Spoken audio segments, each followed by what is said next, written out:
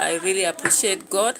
I was taking a journey to somewhere, so that is why I was unable to actually do a video earlier, and I don't know whether I'll manage to do 3 videos today, but I'll try what I can do.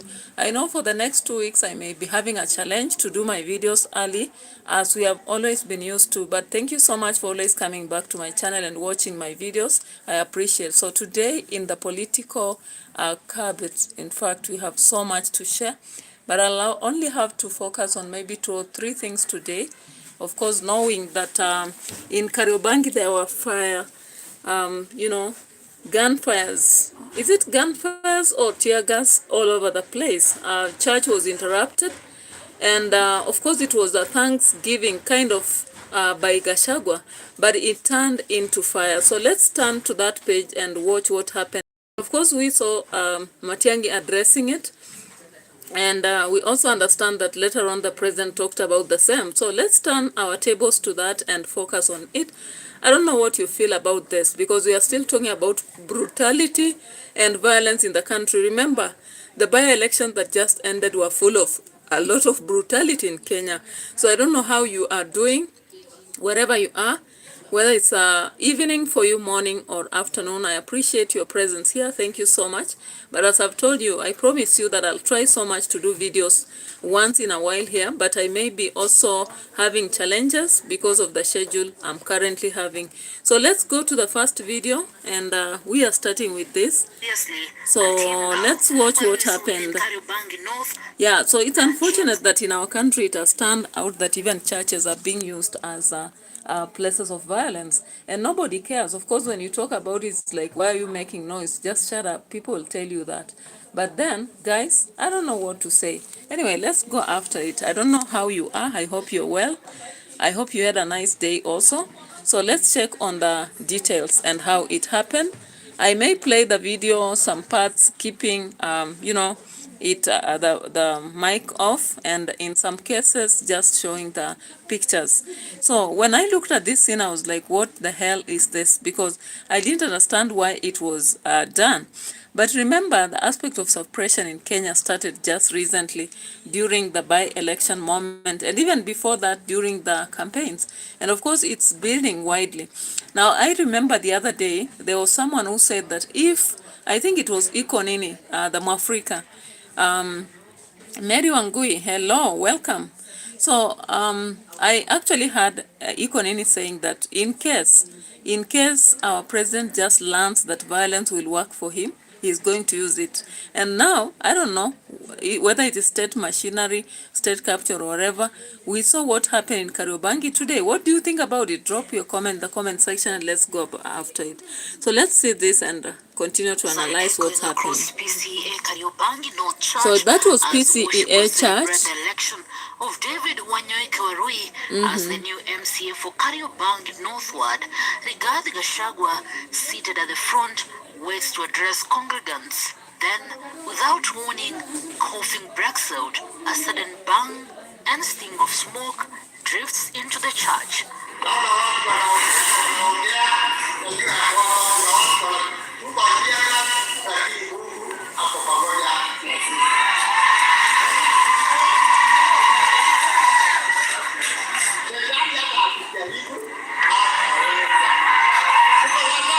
Outside, tear gas canisters lobbed. The service is interrupted.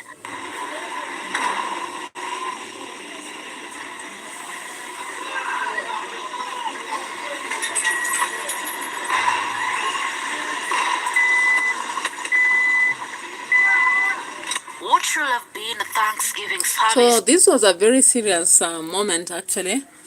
Susan Brock, I'm so fine. How about you? I hope you're fine also wherever you are. You can tell us maybe where you are residing from, and I hope you're fine, everybody. Welcome, welcome. Like the video as well as we continue into this journey of analysis. And guys, one thing about violence, sometimes we think that when we met violence and other people, it's going to help us. Unfortunately, it doesn't. It may serve us our purpose currently, but what about the future? Now, one worry that Kenyans have is the mentioning of 20 years for the president. Remember recently when he was speaking while launching that road at Kiambu, we heard clearly that the president said that in the forthcoming 20 years. Now that has come out as a discussion for some people. I don't know what you feel about this, whether you're from Uganda, Tanzania, I have people watch me from other countries, America, India, and wherever it is. If your president stood in a stadium or wherever it is addressing people, then he tells them that what I can do in 3 years to come, 5 years to come, 10 years or 20 years. What does that mean? Does that suggest that it's going to extend the term limit? Because this is one of the questions that people have been raising all along. And we've been asking ourselves, is this real or what is exactly going to happen? Now, it is not clear up to now what the president is planning in his mind to have, okay? Yeah, so I want us to follow the scenes of what happened at Kariobangi. Kariobangi is just in Nairobi. And I've been in this place so many times. I didn't expect such a thing to happen. You know, that is one of the places where the people around there are, you know, strong-willed. They have always had things to do with bombs, sometimes gunfires in the evening when people are doing what we call, you know, the evening jobs. You understand what I'm talking about? I hope you do. Yeah, so hiyo kazi ya kuweka watu chini na kuchukua vibeti. That's a very common concept in Nairobi. If you have ever stayed around Kariobangi, you understand it's around a slum. So what happened there? When I look at this, then my analysis goes on and says that possibly if the opposition thought that is a small thing that is going to happen, it's not. It's a very serious thing that is ahead of them, and therefore they really have to prepare. So let's look at the videos in line with that and see what you think and drop your comments in relation to this. So let's look at this again. Scramble. Videos shared on X confirm running battles outside between police and what appear to be hired goons, hurling stones and provoking officers. The fumes seep through church walls, forcing Gachagua and his entourage to temporarily remain inside. Mimi jambo yangu ni moja pekee yake kwa Mheshimiwa William Ruto. Moja pekee yake. Mheshimiwa William Ruto, wewe ulikuja kanisani, ukakuja kanisani hapa, ukatuambia ngaine mwega, hende shothe, mwathani agosho. Hiyo kanisani ambayo uliombewa, hata kama sisi unatuchukia kiasi gani, hapana piga sisi tukiwa kanisani, hapana rusha teargassed kwa kanisa. Na tunataka tu tukwambia kitu moja, upige teargassed, upige mawe, upige risasi, mambo yako tumeshamaliza, and we cannot and we shall not and we cannot bow. All right, guys, let me ask you now. Mudeu talks with such a confidence, but I can't see this confidence in the opposition. Or what can you say about this? Because I've been watching all along the opposition. They speak so much, you know. It's called the verbal confidence, but when it comes to action, they seem to be very weak.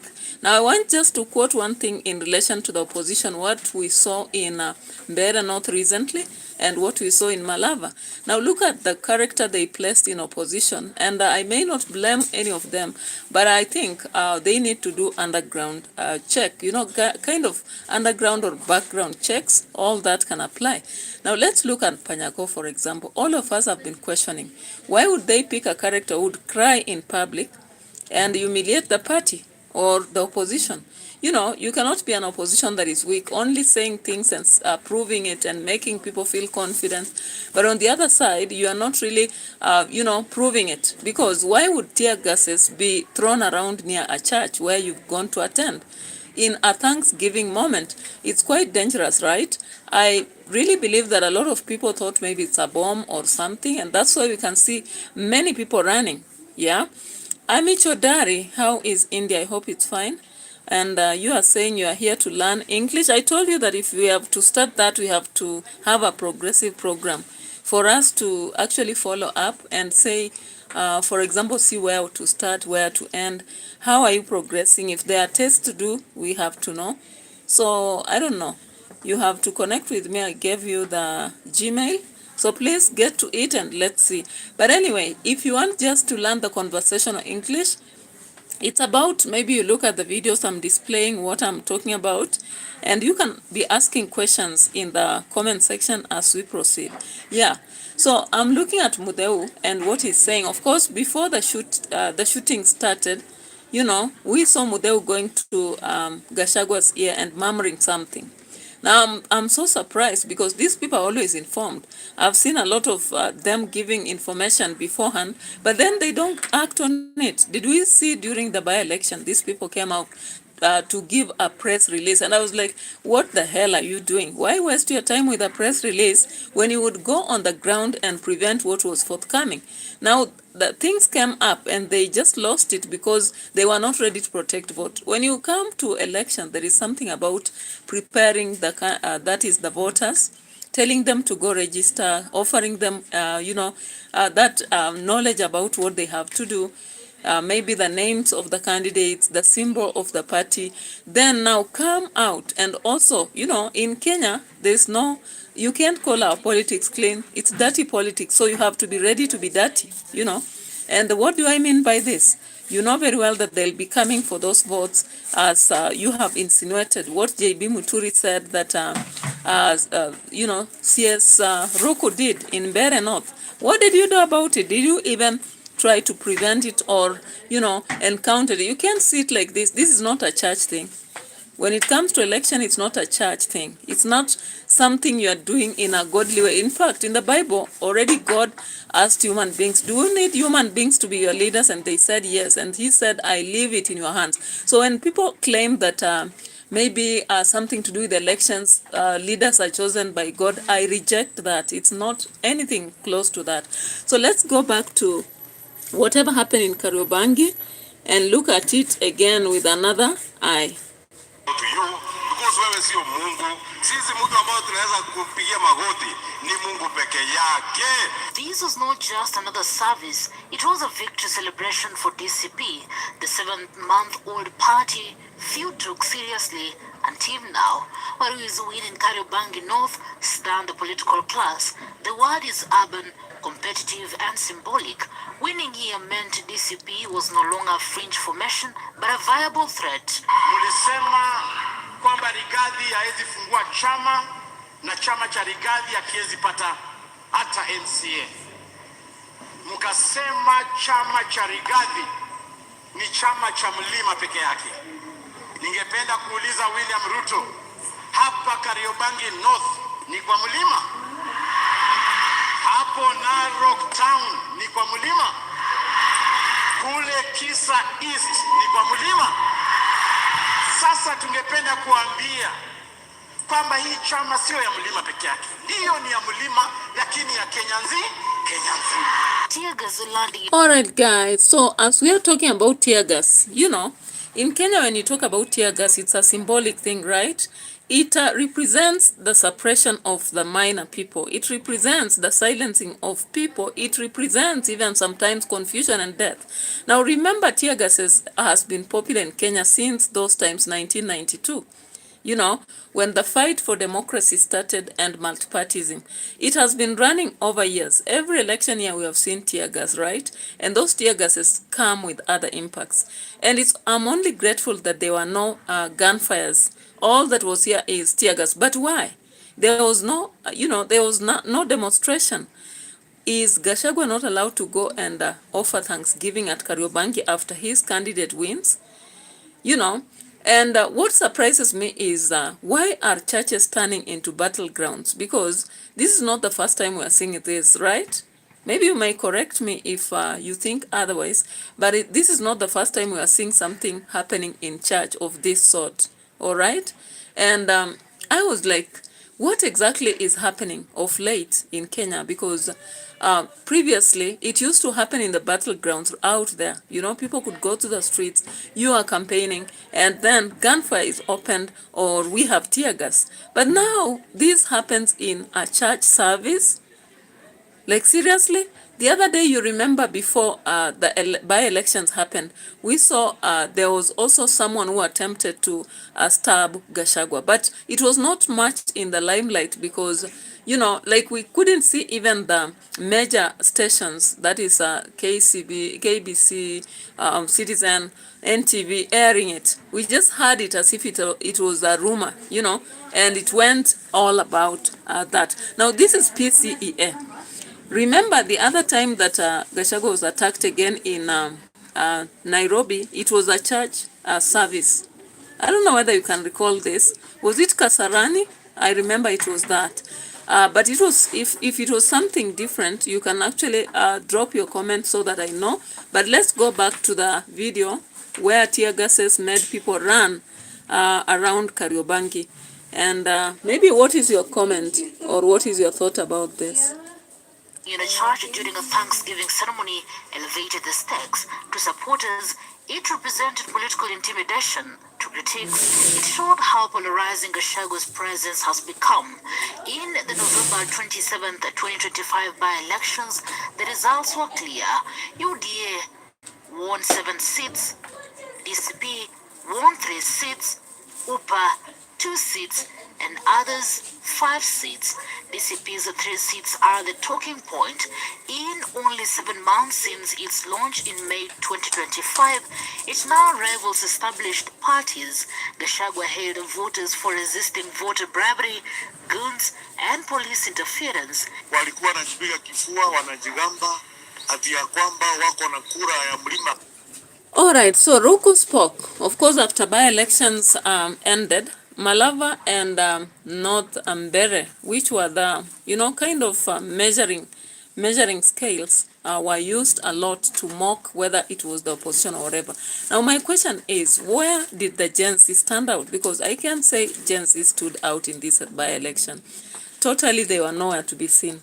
We can really blame them because these are the young people who came on the streets to make noise in 2023.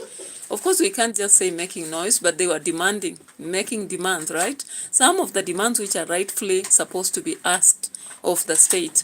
However, when it came to election, we were so disappointed that the young people never turned up to vote. Instead, the old people did. And when you talk about the voter turnout, of course, some old people feared to go to vote because of the violence that was meted on the citizens.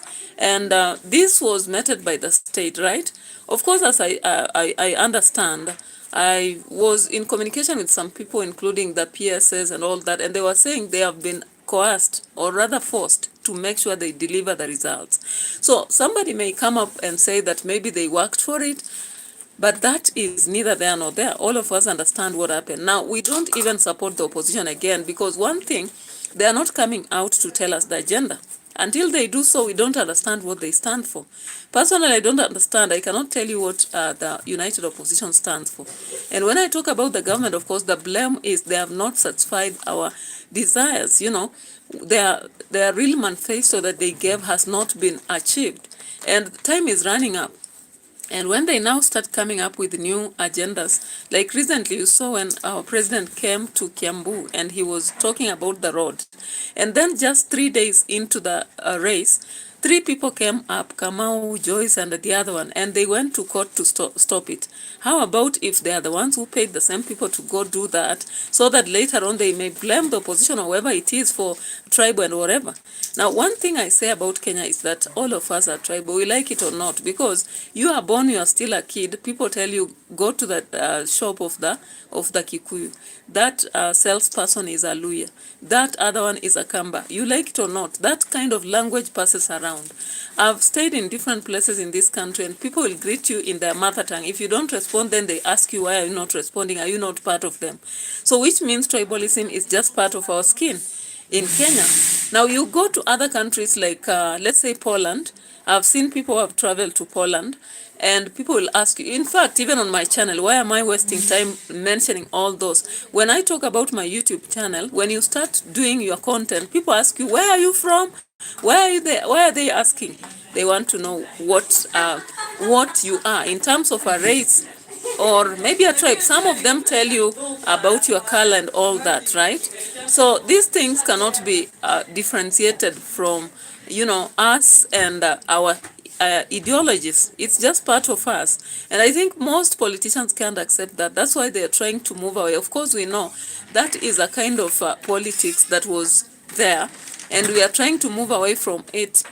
And though they are trying to tell us that we are moving away from it, I see another kind of politics that is coming. It's the politics of classism.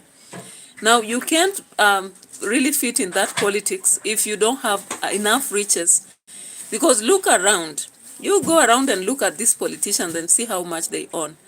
They cannot accommodate small fishes, Like they can't. Sardines and fish will always be separated.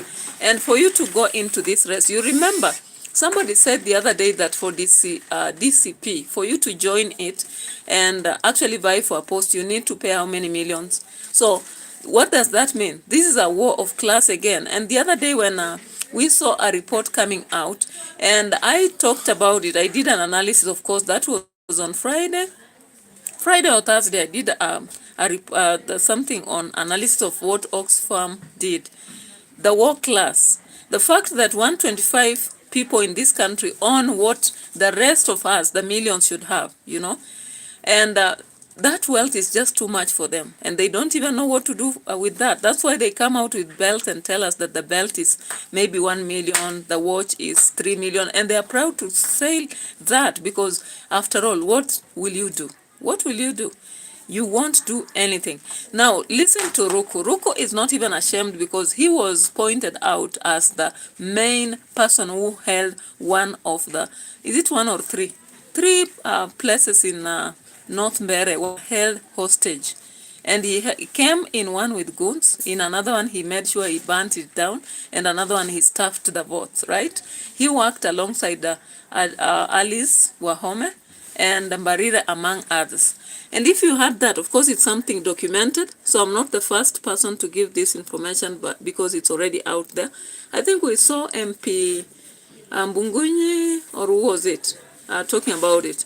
So anyway, let's go for it. Katika mfuko yao watu ya mlima wameongea kupitia watu ya Mbeere North ya kwamba Rigathi Gachagua anaota ndoto mchana. Mumeona news, mumeona kulikuwa na elections mahali, muliona kuna mzee kuoshwa jana, na huyo mzee amezoea kutembea na kiherehere mingi, kumbe siku ilifika aoshwe kabisa.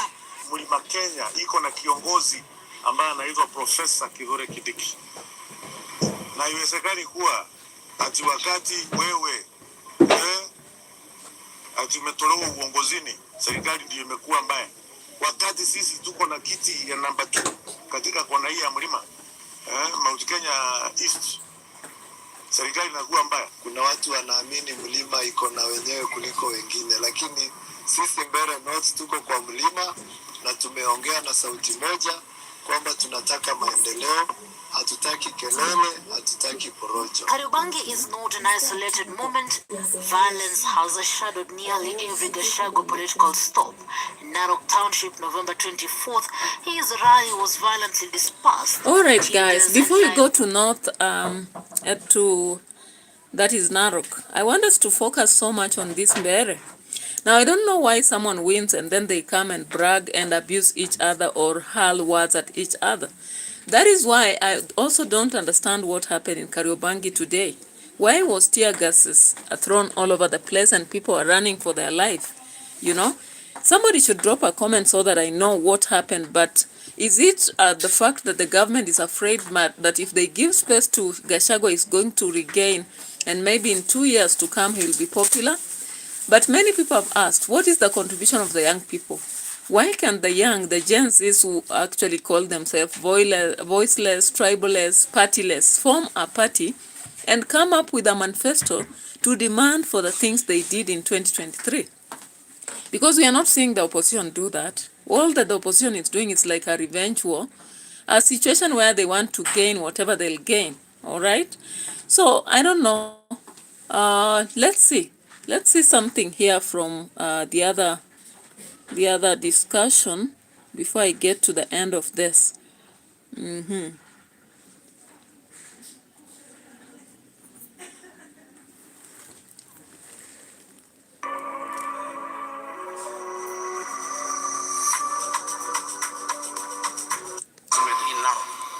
pia nishukuru Wakikuyu wa huko kwa kuwa na ujasiri na kukataa kuuziwa uoga. Andu a nyumba itu, andu a nyumba itu, kuma ngoro-inĩ yakwa thĩinĩ amũkĩrai ngatho ciakwa, amũkĩrai ngatho ciakwa, amũkĩrai ngatho ciakwa.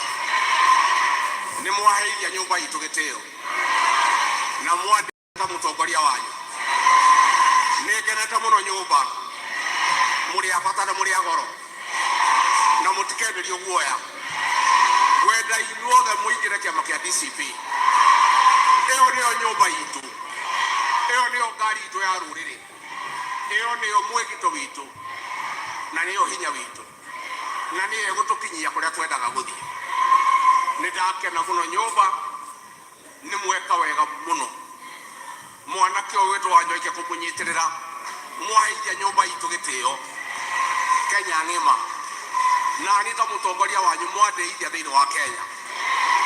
O rĩngĩ andũ a nyũmba itũ amũkĩrai ngatho ciakwa. Na ndĩmwĩre itũ, niĩ ndĩmwĩre ke ndũgũ njega no kabi. Ndĩrenda andũ a nyũmba itũ tũthire mũkabi, nĩgetha tũthondeke ndũgũ na mũka, na ndũgũ ĩyo ndĩranjirie kũruta wĩra, tondũ rĩrĩa tũtwaratumĩte andũ ao mahũre twĩna thigari kana tũtirĩ, mũtikamake bara nĩ tũgũtũ. Now, what surprises me with Gachagua sometimes that I don't understand him is that this leader of DCP and the supposed chairperson of the United Opposition, why does he address the congregants in his own language, mother tongue, native language, when this is Nairobi? You know, that is something that I've failed to understand about Gachagua actually. So he came in this church, he's addressing the members. This is PCEA church. PCEA church is not a tribal church. And now this is where I don't get the difference between when Gachagua says he talks in his language in maybe Muranga or elsewhere because he's addressing people who understand that language, and compared to when he comes to Nairobi and begins to address them in mother tongue. Because what I know about Kariobangi North, even though there are Kikuyus there, we have Kambas there, we have even Mijikenda, Luyas, Luos. So when he speaks like that, is he sure that everybody is understanding what he's saying? Guys, now this is where the opposition is really letting us down. And it is happening for all the members, whether it's Matiangi, whether it comes to maybe, let's say, this, Wavinya Ndeiti. I've also seen the same with Matiangi. I've seen Natembea.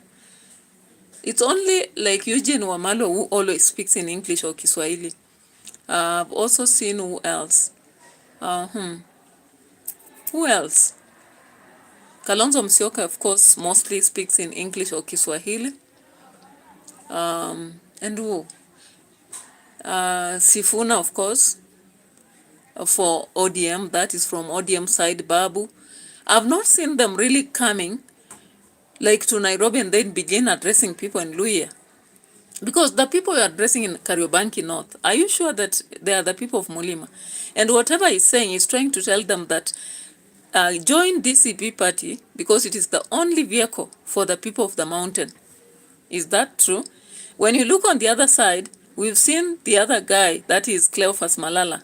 Cleophas Malala stood and said that DCP is the party of all people in Kenya. And that is why he referred to Kariobangi North, he referred to Narok, and he referred to Kisa. But then, what is Gachagua doing? Because all that while, he was addressing people in Kikuyu. Does everybody understand that language? And those are the mistakes that the opposition is conducting, but they are not really accepting, or rather they are not even learning. Now, what someone has not tried to convince me or tell me, why is the government meeting a lot of, they're using a lot of force against united opposition? That is something I've not understood up to now, and I keep asking until someone responds. response, because I don't understand. If they think this is a weak party, as Roka has said, as Alice has said, and anyone else, why would they be really hunting them down with violence? Why would we have tear gases? Was those random boys that did that from the other end of Kariobangi, or was it actually a state organization again? On Thanksgiving, when they know that people are happy, so they destroy the mood so that people are again suppressed. You know, you remember voter suppression worked in most of these polling stations. The report we were given at the end of the by-election is that the percentage of those who went to vote is not equal to those who registered. You get that? Anyway, let's continue with this and see.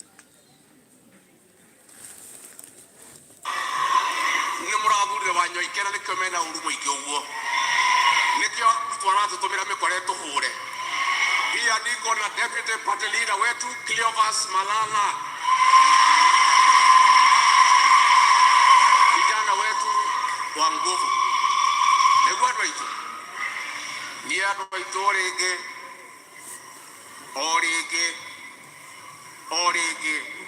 hadu harurire hadu ha nyumba itu hareo da yaruma hadu akariba mutioe wegora mutwekete ta nyumba. Now, some people gave comments on this end, and I want you to tell me whether you think this is true or it's their own making. Now, looking at the comments, I saw someone saying, Swalehe Shege says, no one can stop River Nile flowing its water. Mambo ni one time. Then I looked at Teresia Ndungu. Itungatisia ruriri ngai amuturie amugitirie tene na tene tuidhuda wanyu. I'm not so sure about that. Jen Wanjoroge said the government is giving DCP sympathy votes bure. Remember, many voted to Uhuru juu ya Hague. Another one said, Rigathi Gachagua is our leader and we choose him fully. Someone else said, the Mwenyeki said, Rigiji, big up, count me in. Swalehe Shege says, no one can stop River Nile flowing. That one I've already read. Chihara John said, may God bless and protect Gachagua against wicked enemies. May the Lord pursue them. Psalms 35. Another one said, David Chepkwonyi, hao wengine sio watu. Then Lea Mudoni said, siana sia simba kabisa. Then Murithi said, 2027 election should be a straight political battle between tribalists and nationalists. This matter has drained our energies for just too long. Let us sort to it once and for all at the next poll. Murithi from Meru.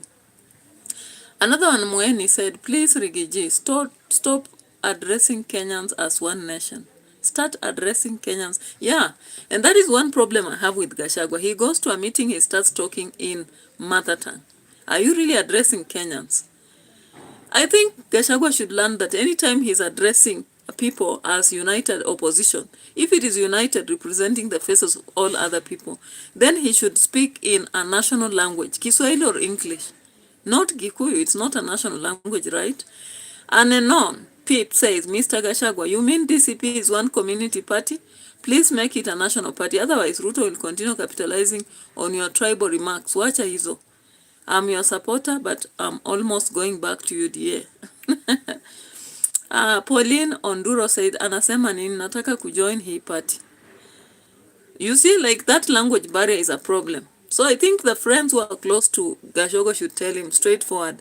He is messing up by addressing people in one language. We have so many languages in this country.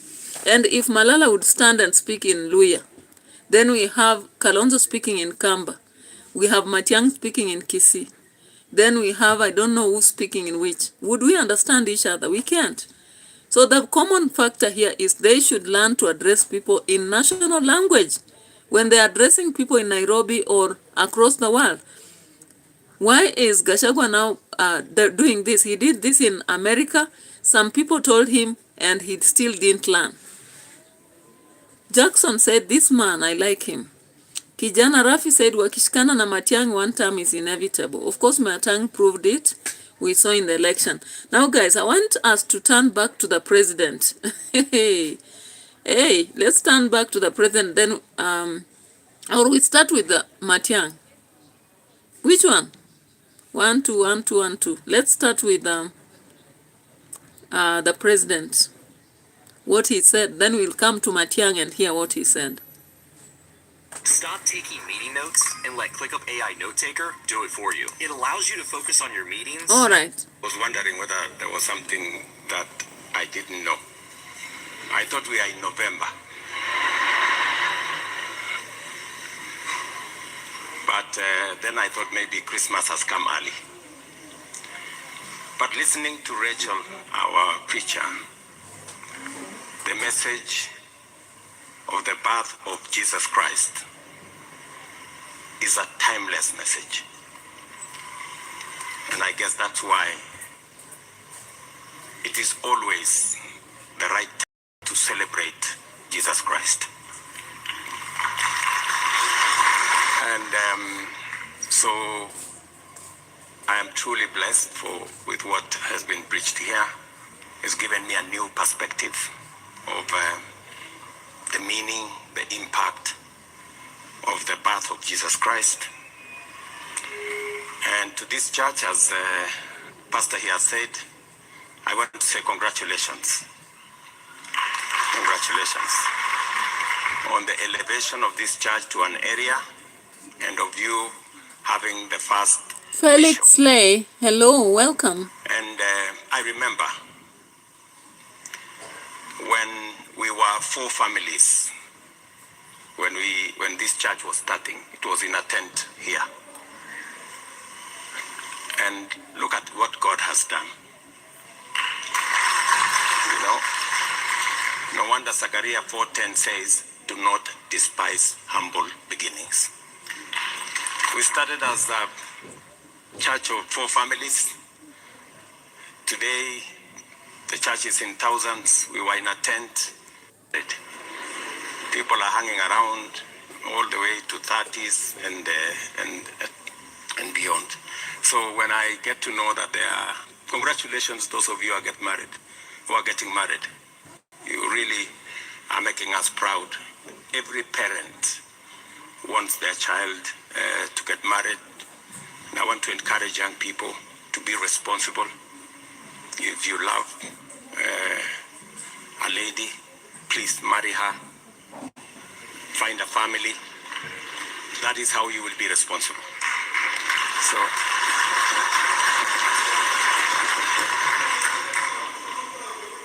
so I want to say thank you very much.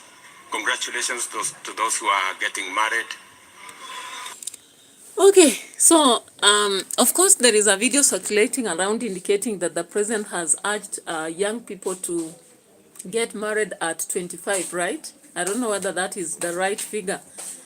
Felix Slays, hello. I said hi to you. I hope you got it. Now, guys, do you agree that currently at 25 your boy should marry? At 25 your girl should be already married? That's what the president has urged people to do. But when it comes to formal marriage, again, there is the equation of money.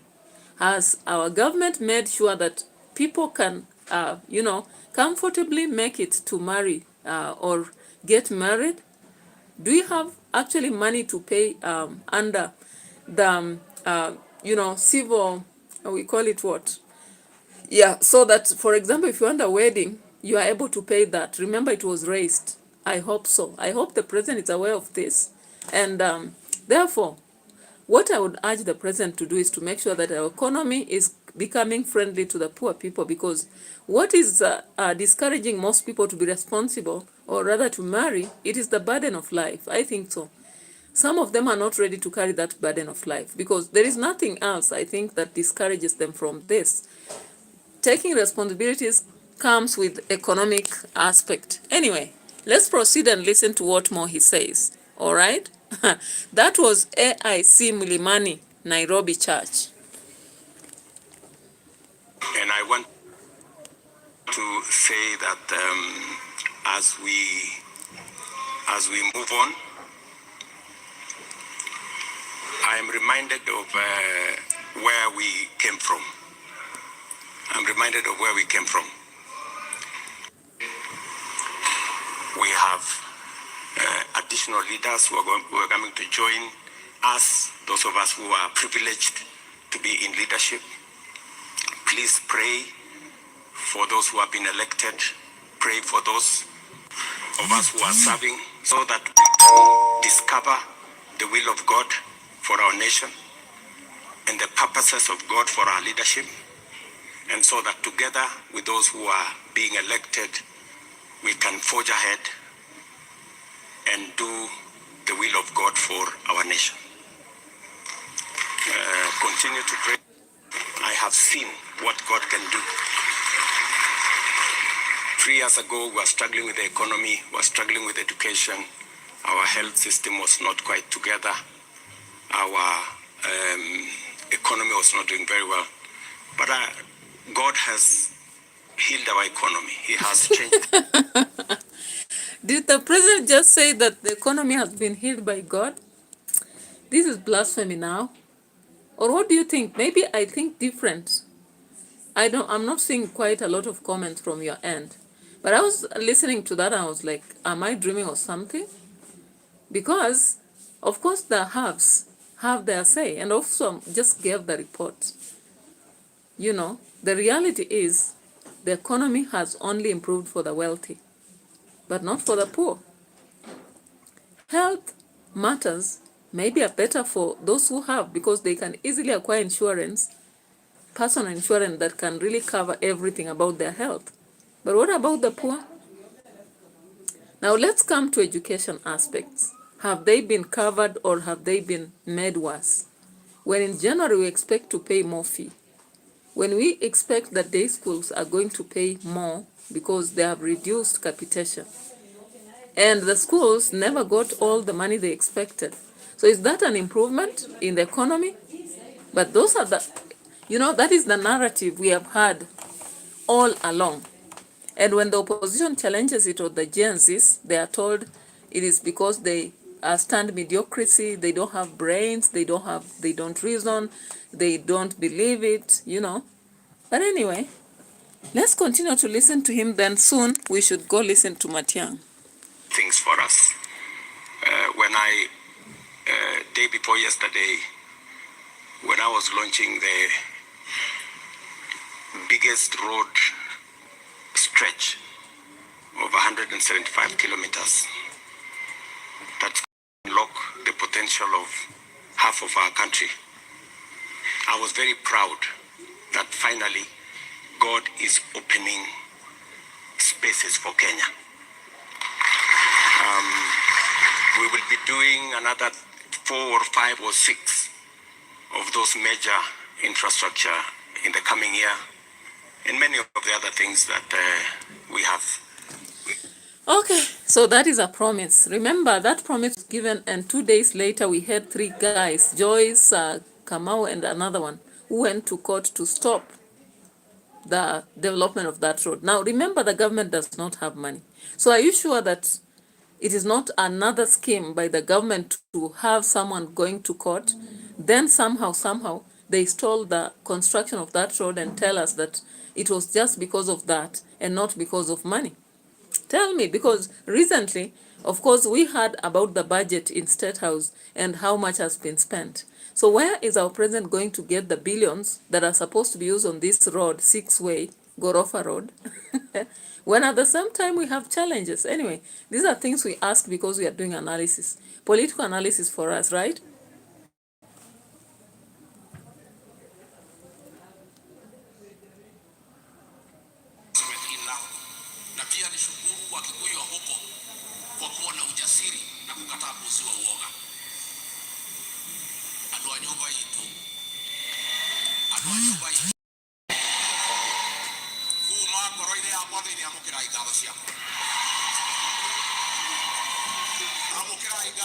Let me get another video here for Matiangi and we talk about it.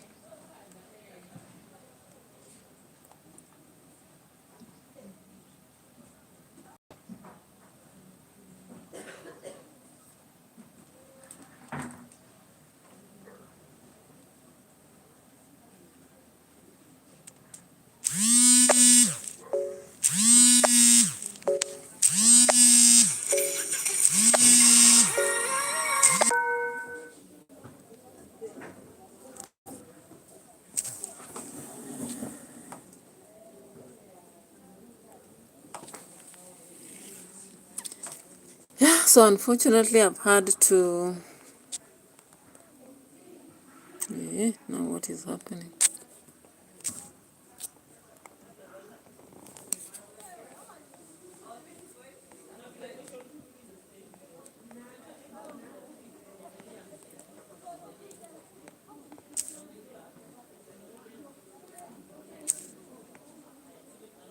Yeah, so guys, let's proceed.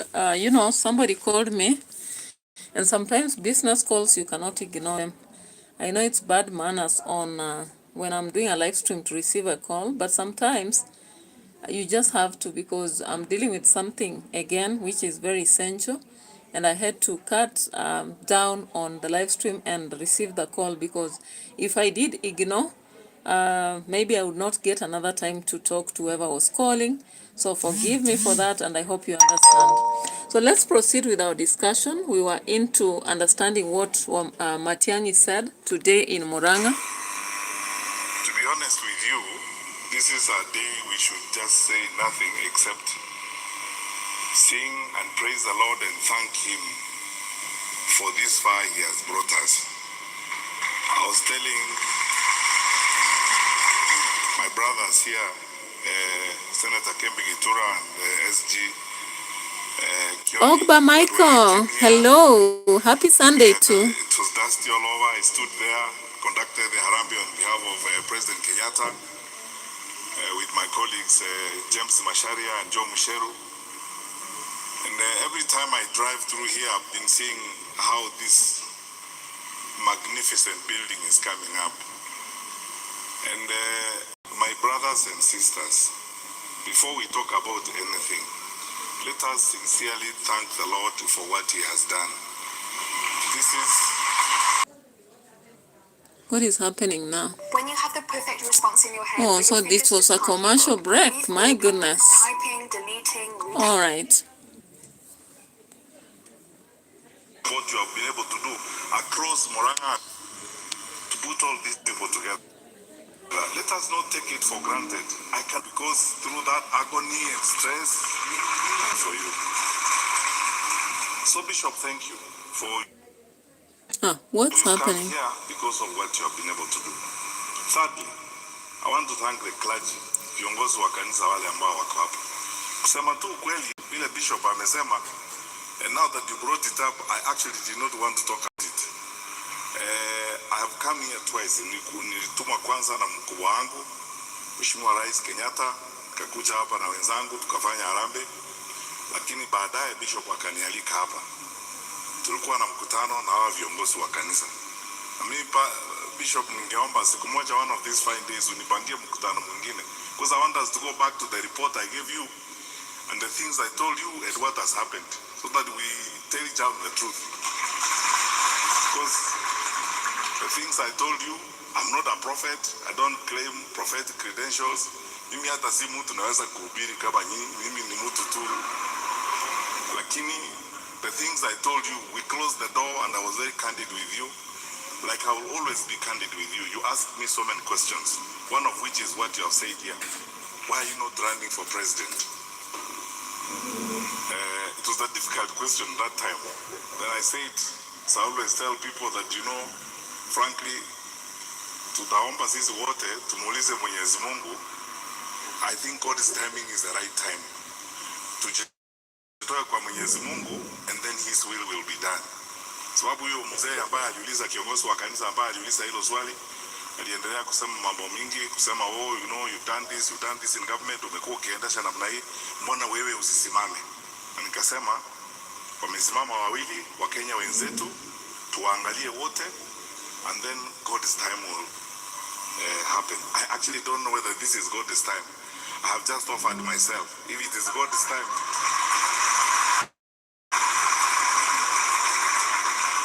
I just offered myself, and Bishop, as you have said, and I trust you will pray for me, so that if it's God's time, His will be done.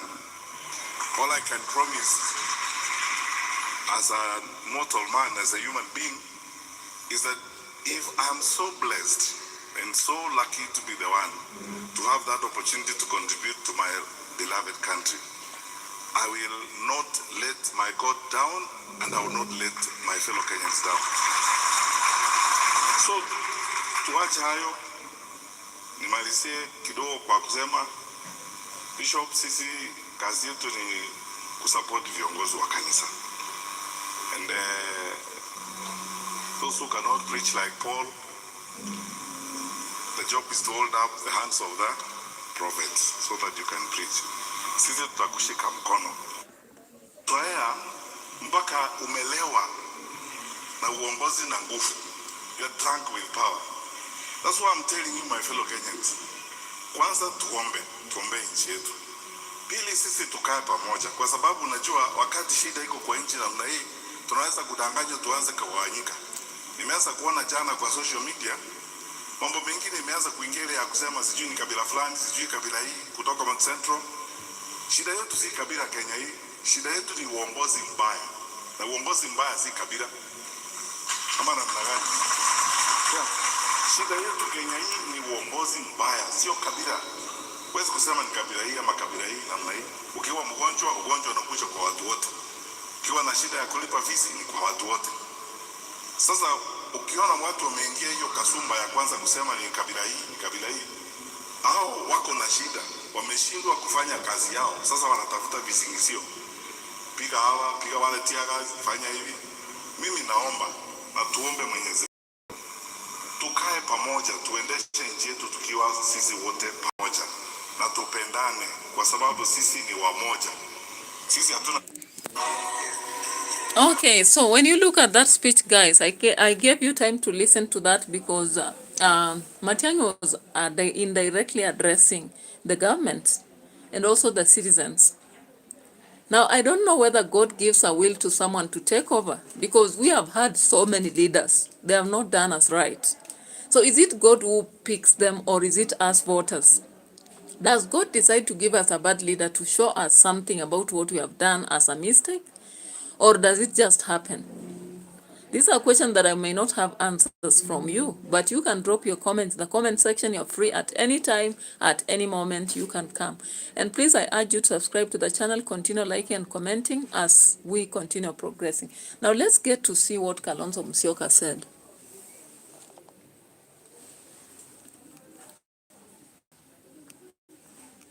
Thank you so much. Tafadhali tuketi. Bwana Yesu asifiwe.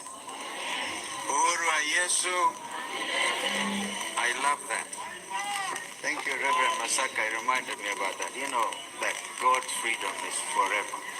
Uhuru wa Yesu. Congratulations and your beautiful girls. We honor God for you. Mheshimiwa Governor Vinya, asante kwa commitment and leadership. I'm citizens of this wonderful nation and able to play their role, their democratic role, fearlessly, boldly. They are ready to march on. Kwa hivyo watu wa Mumbuni, inye mwadaki yondo wenanda yandene na mwakwa nguma wanakawino kieki na kevela kia MCA. The country looked at it like a parliamentary contest of the people. It is when you have an outcome where the winner wins by a majority bigger than all those others put together. This was an absolute win. So we congratulate you. Yani kula siya chap-chapu na langi siongala netu yonde. Siongala siongala netu ni masinde tuene Anthony Kisoi. So watu wa Mbeere North, chungu mzima, wako na uchungu mwingi. Watu wa Malava, yani Ruto alitumia polisi kazi yao ni kusaidia magun wahuni. Yani wahuni ni sehemu, imekuwa wahuni ni sehemu ya polisi. Na hiyo tumeyakadiria, tumeyaona, we are going to deal with it. Alafu mengine ni direct voter suppression na mengine kama hayo. Msichana moja huko Mbeere alikimbizwa na yeye, anasema hata kwa mitandao, yule waziri sijui anaitwa Ruku, lazima ameambiwa lazima hizo kura hizo ziwekwe zote, instead of taking the vote counting in several of those polling stations, ndio watafute hiyo namba Ruto alikuwa anataka, walikimbizwa. There was no vote tally. Kwa hivyo hii ni wazi, and kama wakili Njero amesema, we are going to have a very clear, strong petition. In fact, if there was a way Ruto angekuwa na conscience kidogo, angesema hapa jameni, wachaneni nayo. So leo hii tena tukiwa hapa, tulikuwa tumeongea na ndugu yangu Rigathi Gachagua kwamba ataenda kwa maombi pale Kariobangi North, na mimi nikuja hapa tu initially kusema asante, kushukuru Mwenyezi Mungu. Wakisikia Gachagua ni tear gas. Hata kwenda kwa maombi tear gas. Na kusema ati ni rival gangs. Rival gangs ya wapi? Hakuna uchaguzi Kariobangi North. Uchaguzi uliisha. Kwa hivyo huwezi kuja kupiga tear gas kwa kanisa ama nje ya kanisa na kusema ati watu wanapigana huko nje. Wakenya sio wajinga namna hiyo. Wanajua kwa mfano ile contest, kama kuna wale watu ambao pengine hawakuridhika, wanajua haki zao za kikatiba. Kwa hivyo hii tabia kila wakati kujaribu kuhujumu Mheshimiwa Rigathi Gachagua, we want them to know they know. Hii team nimeona wakijigamba kwa magazeti leo kwamba ati wanatengeneza sasa coalition ya 2027. Kwanza watapasukia huko katikati. It will not work. Mtaona maajabu. So kuandaa wananchi wa Kenya kwamba they look stronger, na wajue bado Gen Z hawakujitokeza. I think Gen Z walikuwa wanafikiria, wanaona itakuwaje. They are still bidding their time because they are aware of the voter suppression, they are aware of intimidation and the voter bribery. By the way, ijulikane hata hapa Ruto mwenyewe alipeana over 30 million shillings kwa kiti ya MCA hapa Mwomboni, na ndio tuliambia watu wetu hizo pesa kuleni tu, lakini muwafunze funzo. Hilo alitumia Mbeere North because we know this is also complete misuse, and we are going also to clearly indicate which ministers were participating at that level. Okay? Kukampeni openly, wengine kutoa matusi kinyume na katiba vile mbanda nyumbani, so that this country can be a All right, guy. Now, I've always talked about the fact that, yeah, this is one of the most, maybe what Kenyans say, a clean candidate. However, I think he should switch from politics of blame to the politics of stating what he wants to do. And that is what I can just say. What does he want to do alongside Rigiji? But it's unfortunate that tear gassing in North Kariobangi, I've not understood what it was meant for. Whether it was suppression, still intimidation, or whatever, I don't understand. But anyway, guys, let's get to see if there is anything I've left out. We get to see that, then we come to an end of our discussion. And I hope I'll get time to do another video. I'm not so sure. Yeah, I think I'm through with the whatever was supposed to be focused. But if you have a comment to drop, you can comment in this video. Yeah, you can drop a comment in this video. Then later on, if I get time, I'm supposed to do a video on Nyabohanse. I'm not so sure whether I'll get time, but let's try. Bye-bye for now. Let's meet again. I thank you so much for the video. Ogba Michael, Flexi Lace, Amit Chodari, Susan Brock, and Mary Wangui, among others. Continue subscribing to the channel, like the video, comment, and I will be so appreciative. Bye-bye for now.